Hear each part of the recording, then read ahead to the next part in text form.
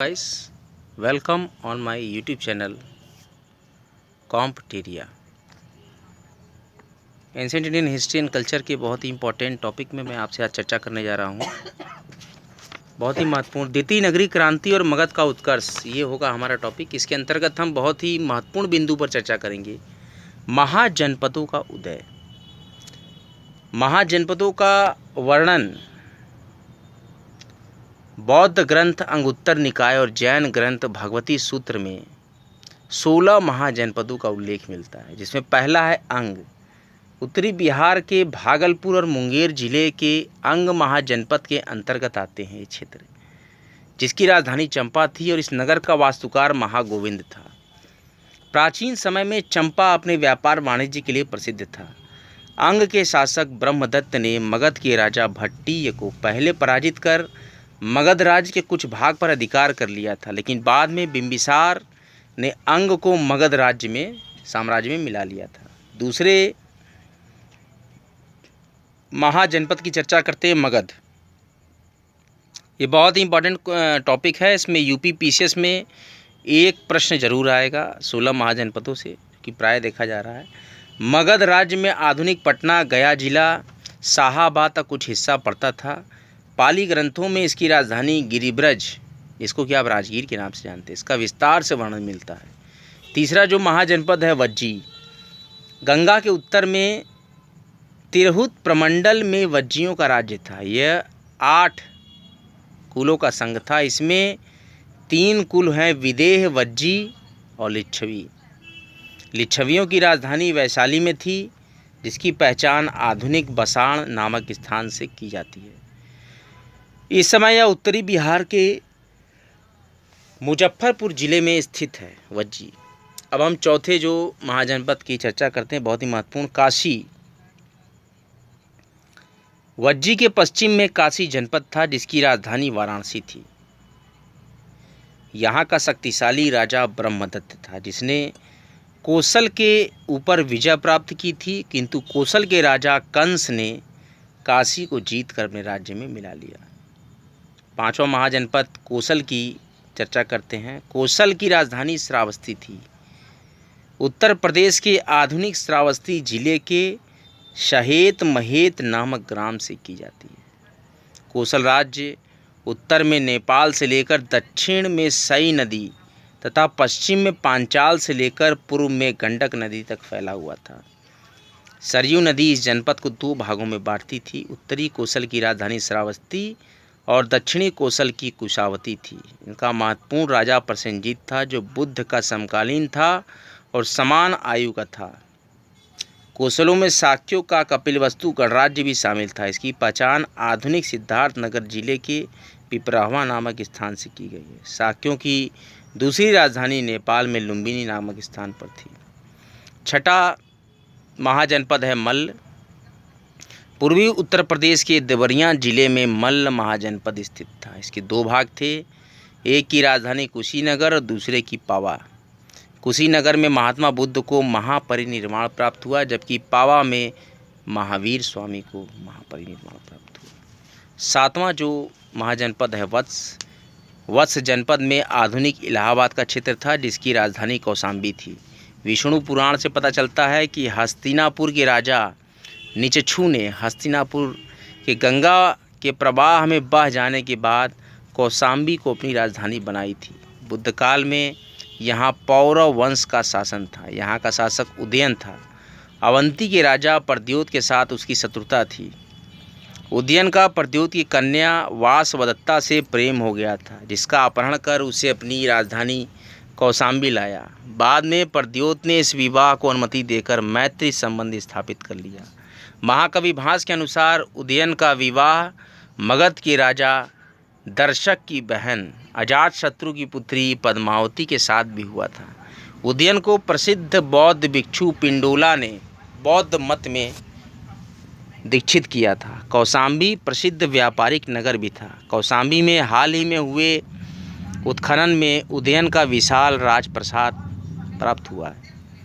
8वां महाजनपद है कुरु।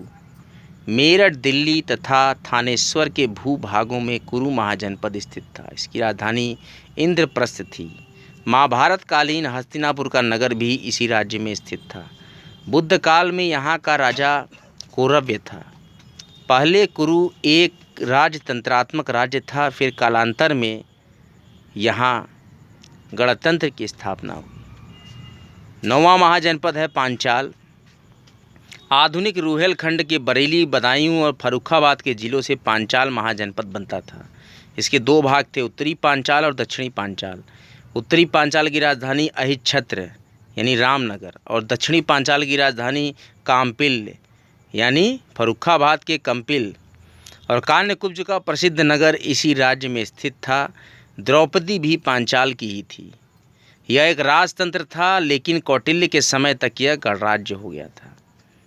अगला महाजनपद है बहुत ही महत्वपूर्ण, अवंती। पश्चिम भारत में अवंती जनपद प्रमुख था। आधुनिक मालवा और मध्य प्रदेश से कुछ भागों से मिलकर यह जनपद बना था। अवंती के दो भाग, उत्तरी अवंती जिसकी राजधानी उज्जैन और दक्षिणी अवंती जिसकी राजधानी महिष्मती थी। बुद्धकालीन अवंती का राजा चंडप्रद्योत था। चंडप्रद्योत की पीलिया नामक बीमारी का बिंबिसार के राज्य वैद्य जीवक ने उपचार किया था। बौद्ध पुरोहित महाकच्छायन के प्रभाव से चंडप्रद्योत बौद्ध बन गया। अवंती भी बौद्ध धर्म का प्रमुख केंद्र था। मगध सम्राट शिशुनाग ने अवंती को जीत कर अपने राज्य में मिला लिया। अगला जो बहुत ही महत्वपूर्ण महाजनपद है सूरसेन, जो कि आधुनिक ब्रजमंडल क्षेत्र में यह महाजनपद स्थित था। इसकी राजधानी मथुरा थी। प्राचीन यूनानी लेखक इस राज्य को सूरसेनोई तथा इसकी राजधानी को मेथोरा कहते थे। कृष्ण यहीं के राजा थे। बुद्ध काल में यहाँ का राजा अवंती पुत्र था। अगली जो बहुत ही महत्वपूर्ण महाजनपद है चेदी। आधुनिक बुंदेलखंड का इलाका ही प्राचीन काल में चेदी महाजनपद था। यह यमुना नदी के किनारे स्थित था। इसकी राजधानी सोथिवती थी, जिसकी पहचान महाभारत के शक्तिमती से की जाती है। महाभारत काल में यहाँ का शासक शिशुपाल था, जिसका वध कृष्ण के द्वारा किया गया था। अगला जो महाजनपद है मत्स्य। ये जनपद आधुनिक जयपुर के आसपास था। विराट नामक संस्थापक के नाम पर इसकी राजधानी विराटनगर थी। इसके अंतर्गत वर्तमान अलवर और भरतपुर का एक भाग भी सम्मिलित था। अगला महाजनपद है अस्मक। अस्मक गोदावरी नदी यानी आंध्र प्रदेश के तट पर यह महाजनपद स्थित था। इसकी राजधानी पोतना या पोटिल थी। महाजनपदों में केवल अस्मक ही दक्षिण भारत में स्थित था। अस्मक ही एकमात्र महाजनपद है जो कि दक्षिण भारत का अंग है। अगला बहुत ही महत्वपूर्ण महाजनपद गांधार। यह आधुनिक पेशावर और रावलपिंडी के इलाके में स्थित था। इसकी राजधानी तक्षशिला प्राचीन काल में विद्या और व्यापार का प्रसिद्ध केंद्र थी। रामायण से पता चलता है कि इस नगर की स्थापना भरत के पुत्र तक्ष ने की थी। इस जनपद का दूसरा प्रमुख नगर पुष्कलावती था। ईसा पूर्व 6वीं शताब्दी में गांधार में पुष्कर सारीन राज करता था। इसने अवंती के शासक चंडप्रद्योत को हराया था। और आखिरी महाजनपद की मैं चर्चा करने जा रहा हूँ कंबोज। यह उत्तरापथ में स्थित था। आधुनिक काल में राजौरी और हजारा जिले में प्राचीन कंबोज स्थित था। इसकी राजधानी राजपुर या हाटक थी। कौटिल्य ने कंबोजों को वार्ता शस्त्रोपजीवी संघ यानी कि कृषि, पशुपालन, वाणिज्य और शस्त्र द्वारा जीविका चलाने वाला कहा है। प्राचीन समय में कंबोज जनपद अपने श्रेष्ठ घोड़ों के लिए विख्यात था। इस 16 महाजनपदों में मगध, वत्स, कौशल और अवंती अत्यंत शक्तिशाली थे। इनमें भी मगध और अवंती ज़्यादा महत्वपूर्ण सिद्ध हुए। अंततः मगध ने अवंती पर भी अपना श्रेष्ठता स्थापित कर ली, क्योंकि वहाँ लोहे की प्रचुरता, उसकी भौगोलिक स्थिति और योग्य शासक थे। इसी तरह मगध में हर्यक वंश का उदय हुआ, जिसका संस्थापक बिंबिसार था। अब हम इसके बाद अगले लेक्चर में मगध का उत्कर्ष के बारे में चर्चा करेंगे।